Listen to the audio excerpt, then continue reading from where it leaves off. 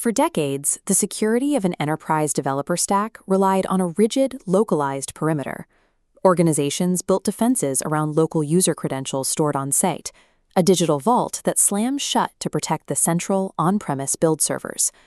Modernizing this platform requires moving beyond the vault model, necessitating two simultaneous architectural changes: how you manage identity and where you execute code. This network map illustrates the shift. Local accounts tied to a central server dissolve into a cloud-native model.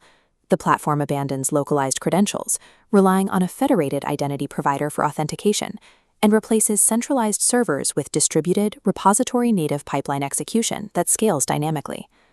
Combining centralized identity with distributed infrastructure allows security teams to govern access strictly without creating a choke point that slows down engineering. For platform architects, the primary challenge is mastering the technical mechanics of both this new identity perimeter and the CI/CD execution layer. We start at the access layer.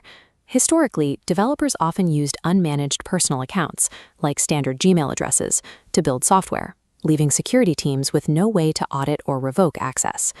To fix this, we implement an identity provider, such as Google Cloud Identity or Microsoft Entra ID, to centralize identity governance across the entire enterprise. The identity provider generates a SAML assertion payload and sends it across the network boundary. GitHub Enterprise validates that signature to grant access. This establishes a strict boundary, using the identity provider as the single source of truth for every authentication.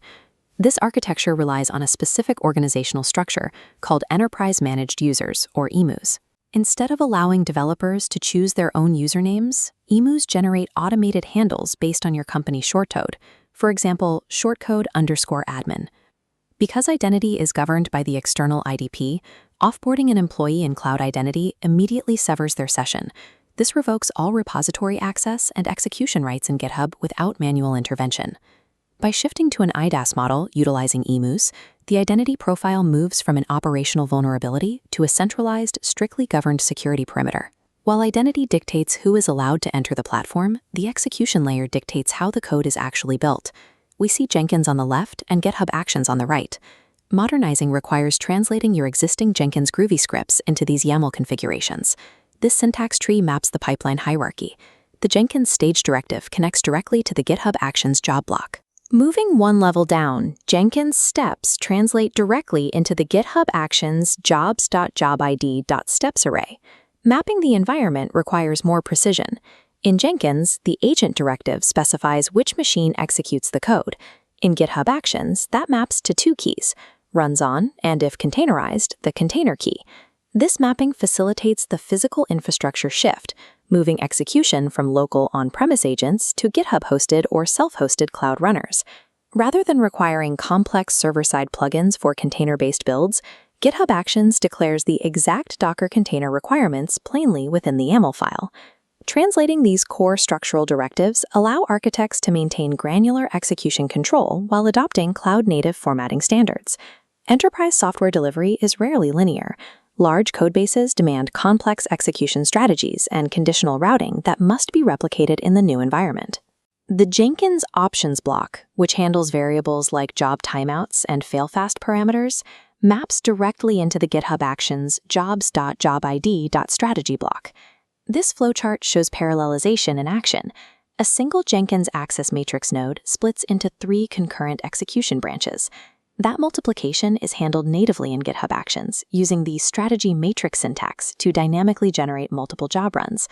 Automation triggers also map cleanly. Jenkins cron becomes on.schedule.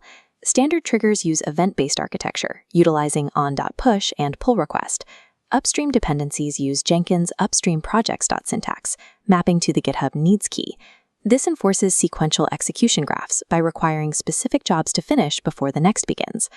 Applying these advanced routing mappings provides the structural framework necessary to replicate highly interdependent enterprise pipelines without sacrificing processing power.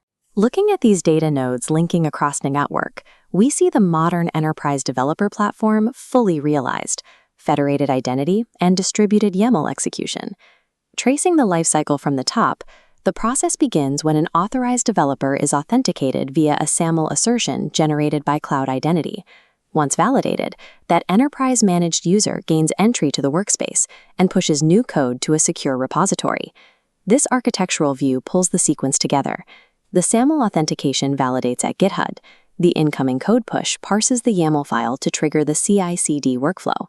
The parallel containerized matrix jobs spin up immediately, executing on GitHub-hosted runners based on the runs-on directive. This allows you to manage user permissions entirely outside of the developer tools, while distributing the execution environment dynamically across the cloud. By pairing the strict access control of enterprise-managed users with the declarative power of GitHub Actions, organizations create a developer platform that supports both security compliance and engineering velocity.